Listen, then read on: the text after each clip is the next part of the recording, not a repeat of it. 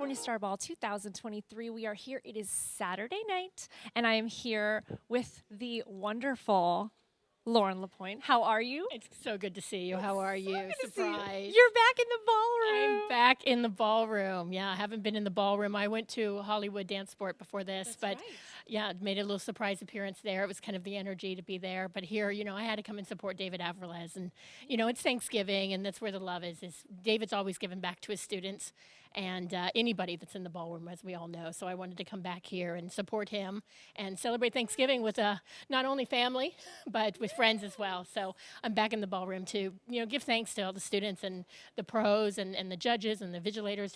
This is the industry that we're in, and this is the industry that really made all of us. And that's why we're here. So great. We do. We love David. He holds a special place in all of our hearts, and we're so happy for us to be able to have this experience. So I'm so glad that you're here. I was told the other day that you still hold the record for the highest number of dances danced at a competition for an amateur female student. How does that make you feel? Yeah, I just heard that. The record's still there. It was held at First Coast Classic with Starwick Kalubi's competition. Yes. I danced a number of 832 individual dances. That doesn't include the championships and scholarships. So if you want to add, because I did two levels,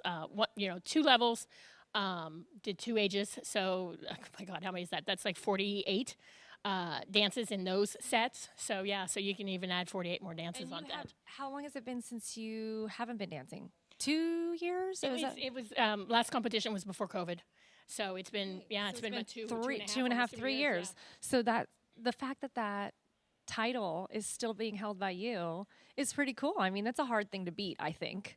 But I mean, still, like you would think that I know some people are chasing it. I will tell you that. I've heard that people are chasing that. I heard that too, just recently, since I've been following up because that's just what I love to do. And I heard there's some people that are trying to chase the numbers. I heard a lot of pros that are trying to chase that number. But good luck, pros. Let me know if I can help you with mental awareness in that one. It's a tough journey to do 800 something. Your father did a little bit more than that. One comp, I think he still holds that title as well. He still holds that as well. So. Nuts. You guys are still the pro-am couple to beat. I love it, even 3 years later. How does it feel to be back in the ballroom? Do you miss dancing? I do miss dancing. I don't know if I miss competing. My coach, her father, it is different. It was a journey. It's really a mental journey, as you know, if you're competitive and you're working with a coach or a pro. They take you through a lot of brain struggles and stuff like that. But, on the floor dancing and moving, of course I miss that. That's just always going to be in my life. Am I going to go to be a pro-am student again? I don't know. Maybe there's a new journey for me, which we'll talk about in a minute. Okay. Well, good segue. Let's talk about your new journey and why you're here and what we're doing. You had a lot of different, you had the Paradise Tour at one time, you had Competitors Connection, you had a lot of different things that you were doing during your, 8 to 10 year pro-am journey. And you have evolved into a new space, but it has brought you back to a former space. So tell me about that connection. So it was interesting. In 2016, as I was competing as a student, it was very hard for me to focus on this one journey that I wanted to do, and it was called Competitors Connection. Yeah. And I wanted to do kind of a dance sport directory where there was a one-stop shop for dancers to go and be able to get what they need. I realized that when I first started dancing, the very first competition, I had a good friend of mine make my costume. It wasn't stretchy material. It was there. It was cute. I only wore it one competition because then I had the connections once I went to that competition. Jordy was there. Doré was there. There's a lot of different, of course, the hair and makeup. You meet them at the competition. Right. But did Louis know what was the in-trend, my coach, the in-trend at that time? He didn't. He knew what he knew and who he knew through his connections. Right. And so that kind of built into thought over a few years after that, because I started in 2011-12, was my first competition, Nashville Stars, that I wanted to. And so 16, a couple years later, I said, I'm going to do this. But then I got really busy, ended up winning world championships, went to Blackpool, got bronze medal in Blackpool, as well as a silver medal in the two divisions, went into really dancing open, finally choreographed, if people know my journey. It was always freestyle and open, but now I choreographed a routine and took it to Blackpool. But with all that journey, I kept listening to the students, kept listening to the pros, kept listening to the judges, the vigilators, and kind of finding out what was missing in the industry. So you're in it. You're surrounded by the conversation. I am. And, even though I'm on the floor, I see the journey of all my fellow competitors as well. And it came to where Competitors Connection wanted to grow. And could I do this at this time? I got a little busy. But I was asked a question when I was traveling overseas by my current business partner. He said, what's one thing that you wanted to do that you never fulfilled? Well, coming a dancer, you know, you're like, oh, I want to do this, I want to do this. So I mentioned about Competitors Connection. And I mentioned that I tried to make this journey, and I had website, you know, builders and everybody in line ready to do it. And it came to the point that I decided to change that name to now very much, we're in soft launch here, David, let me come and do it. It's the International Ballroom Dance Industry Association, which in code word, you know, we have NDCA and WDC. It's now IBDIA. IBDIA is the new thing. And so this actually is, like I said, the dance board directory, but it's going to go farther than that because, you know, after many years and through COVID, I was able to expand my connections and my networks to now we can work on not only for the students and their connections, we help the professionals, we help the judges, we help the competition owners, studio owners. So I'm going to kind of give a little tease. I'm not really supposed to say these phrases and when you're making pitches and stuff and, you know, pitch decks, but it's a little bit of Facebook, a little bit of Airbnb, a little bit of Open Table. That's all going to be in this platform. But the one big thing that's going to be in there, it takes a community to build a community. So we need the competitors to come in to sign up, a free membership to sign up, a basic membership is free. Just so that you can help me network so that I can give you discounts at different things and we can start our community and build this together. And it's one-stop platform for everything. One dancer at a time. One dancer at a time, one competition at a time.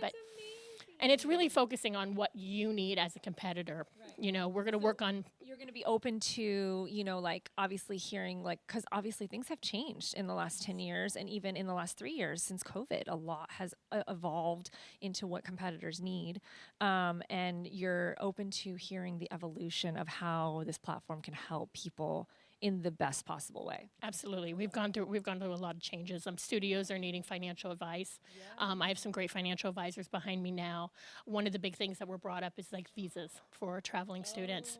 I have an amazing visa lawyer that's on my team. I approached it to my board of directors and they're all just excited about helping out everybody. That's all too common in our industry is visa, you know, And then on the flip side, once the community builds up, we're actually going to switch it to a non-for-profit and focus on things, you know, we know the war in Ukraine and stuff like that was a big impact to our industry and see what we can do to help on different non-for-profit things. So it's going to be a big, beautiful journey for the dance sport industry, and it doesn't work without you guys. So exciting. Yes, a community takes a community, as Lauren said. So that's amazing. So we'll have obviously all the information that you guys can reach out to Lauren and get more information on that. But how exciting, very soft launch, very new, very so much possibility. It's going to be great. Yeah.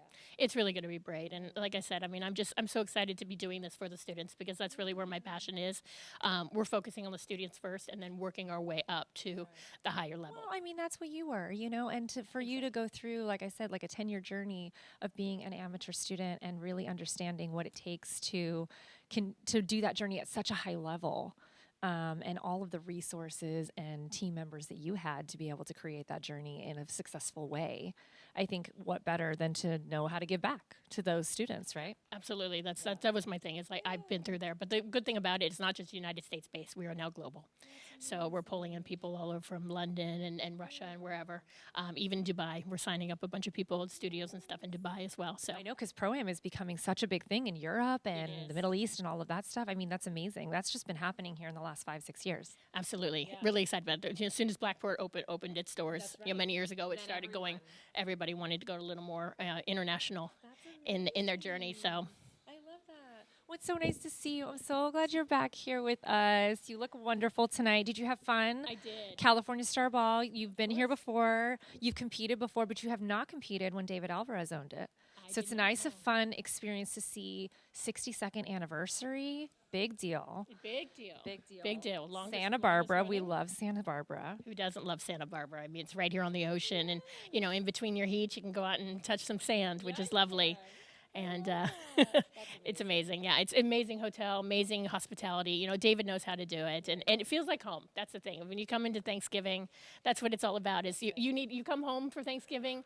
Well, say goodbye to your family and come here because it is your family. Well, that's it. It's like it's our dance family. It is. It really feels, you're right. That's so true. It does. This weekend really does feel like an extended Thanksgiving family experience with our dance family. Absolutely. And David really is kind of like the cherry on top of all of that kind of helps create that experience. He's like the big uncle. He is. He's like the big uncle for all of us. So we appreciate it. Thank you so much. Well, thank you so much for being here. Thank you guys for all that you do. Thank you, David, for creating this amazing experience and for allowing us to be in beautiful sunny Santa Barbara. And we will see you very soon.